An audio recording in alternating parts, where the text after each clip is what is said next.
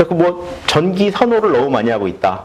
그래서 무슨 저기 석탄 뗄 거, 석유 뗄 거를 전기를 떼고 있다. 전기값이 너무 싸기 때문이다. 뭐 이런 얘기도 했어요. 자, 산전 사장님께서 말씀하셨죠. 어떻게 콩값보다 두부값이 쌌냐. 그죠? 뭐 일견 맞아요. 자, 그런데 잘 생각해 보십시오. 콩은 수입산 콩으로 두부는 수입산 콩으로 만들고 콩값은 국내산이면 두부값이 쌀 수도 있는 거죠. 자, 전기는 2차 에너지라고 부릅니다. 석유나 석탄이나 LNG를 떼서 만들어낸 거니까. 그러니까 당연히 석유나 이런 것보다 비쌉니다. 떼서 만들어낸 거니까. 형상입니다. 그러니까 2차 에너지는 1차 에너지보다 비싼 거예요. 근데 문제는 그 가운데 기가 막히게 싼 원자력 전기가 있었던 거예요. 그 원자력 전기가 포함되면 원자력 전기는 석유값보다도 살 수가 있는 거예요. 그죠? 석유 떼는 것보다, 원자력 전기가 석유 떼는 것보다 쌀 수가 있는 거예요. 이게 잘못된 게 아닙니다. 만약에 그렇게 됐을 경우에 석유를 뗐다 그러면 이산화탄소도 나오고 미세먼지도 나왔을 것인데, 만약 그 집에서 석유를 안 떼고 원자력을 뗐다 그러면 문제가 없거든요. 만약에 중국이 석탄 발전소 다 없애고 다 원자력으로 뗐다고 쳐보세요. 그럼 우리 문제 없습니다. 그죠? 뭐 사람들이 뭐 산동반도에 원자력 발전소 많아지면 거기서 사고 나면 어쩌냐? 웃기지도 않는 얘기예요. 거기도 다 안전하고요. 사고 나도, 방사선 새 나와도 우리나라 올 때쯤 되면은 황해 건너오면서 다 희석돼요. 네. 그러니까 최소한 원자력 발전소가 딴 나라에 지어져서 이산화탄소 안 나오고 미세먼지 안 나오는 건 인류한테 도움되는 겁니다. 그렇죠. 지구상 어딘가에 원자력 발전소가 석탄 발전소를 대신해가지고 이산화탄소 안 내고 미세먼지 안 내고 있다면 나한테는 도움 된 거예요. 그죠? 또 수요 관리, 아끼겠다. 너무나 쉽게 얘기합니다. 뭐 전기 절약해야지, 아끼겠다. 이런 얘기 너무 쉽게 얘기해요. 저는 정말 인간적이지 않다고 생각해요. 저는 우리 뭐 요즘 미세먼지 줄이기 위해서 경유차 못 쓰게 만들고 그거가 생계인 분들도 있는데, 그 다음에 뭐 저기 부재 운영해가지고 뭐 차량 2부재 이런 것들도 지금 서울이나 부산처럼 지하철도 깔려 있고 버스도 잘 돼 있는 도시는 상관없어요. 근데 지방에는 차 아니면 갈 수 없는 데가 굉장히 많습니다. 거기다가 2부재 한다는 건 정말 재앙이거든요. 그러니까 그게 간단한 게 아니에요. 그러니까 제가 좀 심하게 말씀드리자면 지손으로 돈 한 번도 안 벌어본 분들은 이렇게 말할 수 있어요. 그냥 이것만 해가지고 돈 번 분들은 이렇게 말할 수 있어요. 근데 자기 손으로 일해서 돈 번 사람들은 에너지 절약할 수 있다. 쉽게 얘기할 수 없습니다. 네, 그죠? 이거는 제가 볼 때는 굉장히 비현실적인 대안입니다. 그 다음에 이제 뭐 다른 나라는 어떻게 하고 있고, OECD 어떻게 하고 있고, 이런 얘기 굉장히 많이 합니다. 많이 들어보셨죠? 근데 거기에 통계에 숨어져 있는 비밀이 있습니다. 뭐가 있냐면, 유럽 국가의 재생에너지 통계는 반 정도가 수력입니다. 다 태양광이 아닙니다. 근데 수력은 아시는 것처럼 산이 있고 물이 있어야지만 할 수 있어요. 여건이 돼야지만. 그럼 유럽이 뭐 20%가 뭐 신재생이다. 그럼 우리도 20% 하는데 우리 수력 안 되니까 태양광으로만 20% 한다. 그럼 문제가 생기는 거죠. 그래갖고 뭐 유럽은 뭐 얼마인데 우리는 얼마다. 이거는 잘못된 얘기입니다. 또 하나는 대세란 얘기도 잘못된 거예요.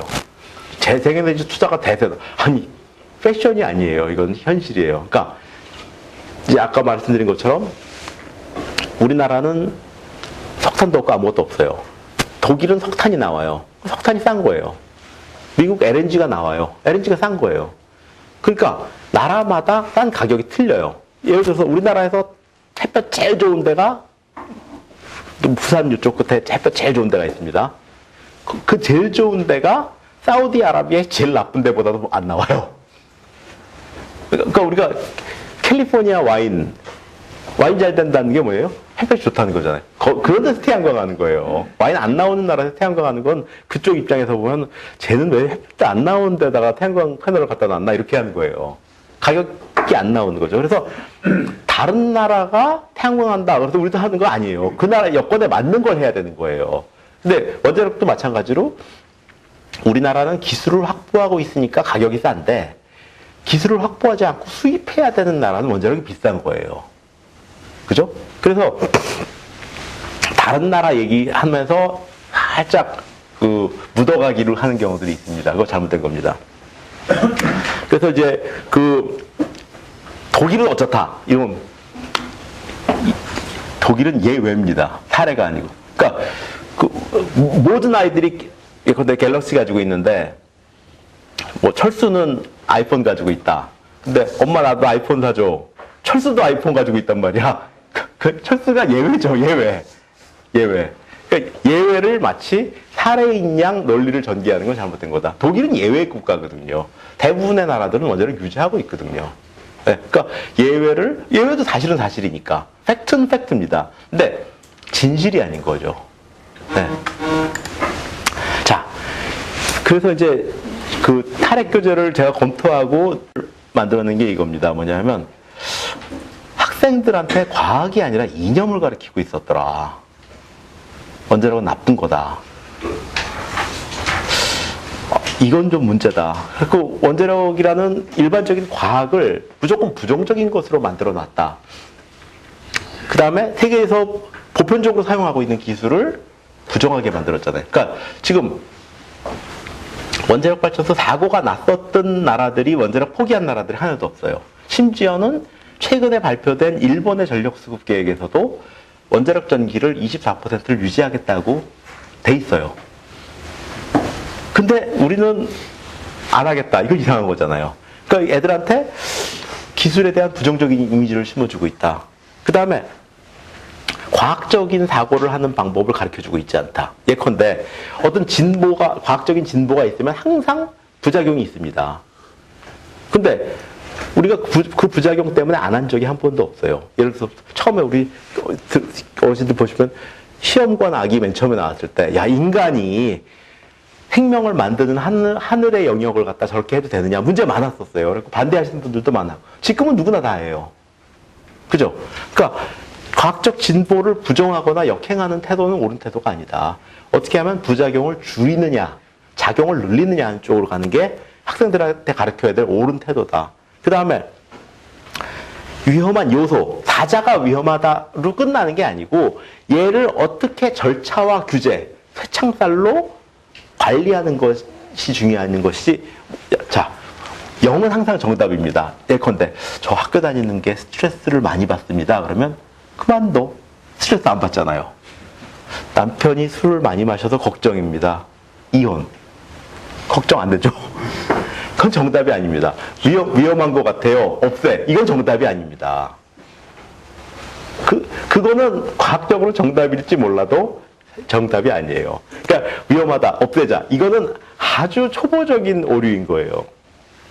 그 다음에 뭐 예외를 사례처럼 사용한다거나 오해를 유발시키는 수사, 뭐 이렇게 쓰나미로 죽은 사람과 방사선으로 죽은 사람을 합쳐놓는다든지 이런 식으로 해가지고 아이들의 눈을 현혹시켜버린 거죠. 그 다음에 정부가 속이고 있다. 정부가 밝힌 바가 없다. 그러니까 정부에 대한 부정적인 이미지를 중학생한테 가르쳐가지고 무슨 득이 되겠다고요. 물론 그것이 사실일지라도 그렇게 어린애들한테 그걸 가르쳐야 될 필요가 있느냐 의심스럽습니다. 또 지금 원자력 사고에 대해서도 UN 기구에서 나온 통계는 인정 안 하고 그냥 어디 이상한 독일의 이상한 환경단체에서 만드는 통계는 인정하고 그 이상한 거잖아요. 그 다음에 환경에 대한 잘못된 인식이 있습니다. 자, 인간보다 환경이 더 중요하면 환경에 대한 게 잘못된 거죠. 사람이 살기 위한 환경인데. 그 다음에 자, 여러분들 한번 생각해 보세요. 굴뚝에서 오염물질이 나간다. 환경오염이냐? 지금 다들 환경오염이라고 생각하는데 저 양반이 왜 저걸 물어봤을까 하고 대답 못 하실 거예요. 자, 환경오염은 뭐냐면 정의가 자정 능력을 초과하는 만큼 배출됐을 때가 환경오염입니다. 자정 능력이라는 거 아시죠? 저 산에 올라갔는데 어린이가 위에서 오줌 싸고 있어. 근데 물 밑에선 먹어도 되잖아요. 자정 능력이 있으니까. 근데 자정 능력을 초과하는 만큼까지 무슨 누가 여러 명이 쌌다든지 그러면 이제 안 되는 거죠. 그러니까 오염물질이 나가는데 자정 능력 범위 이내에서 나간 건 오염이 아닙니다.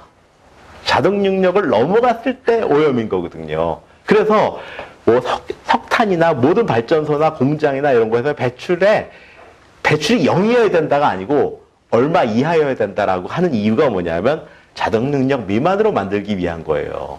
그걸 0으로 만들면 좋겠지만 0이 아니어도 되거든요. 그것이 본질적인 환경이에요. 그걸 갖다 0으로 만들겠다는 생각은 바른 환경인식이 아닌 거예요. 자, 마녀 사냥식 대처라는 게 뭐냐면 예를 들어서 언론에서 컵라면 용기에서 환경 호르몬이 검출되었다. 이게 나오면 1차적인 반응은 먹지 마. 이거예요. 자, 그거에 대한 과학적 태도는 뭐냐면요. 뜨거운 물 볶아주고 한 그릇 먹었을 때 얼마만큼 섭취하느냐. 그 중에 얼마만큼이 몸에 잔류돼서 남느냐. 우리가 1년에 몇 개 먹느냐. 축적된 양이 얼마큼 됐을 때 나쁜 영향이 발현되느냐. 그래서 그거 미만이면 먹어도 되는 겁니다. 그걸 0으로 그래서 자, 컵라면에서 환경 호르몬이 나왔습니다. 용기 받고 안 먹어. 이건 이제 마녀 사냥식 대처인 거예요. 이건 사실은 그 과학적인 태도가 아닌 거예요. 그래서 이런 것들을 애들한테 이제 각인을 시켰다는 건 사실은 우리 그 미래 세대한테까지도 어떤 사실에 대한 제대로 된 판단 능력을 갖다가 안 줬다고 저는 이제 생각을 합니다.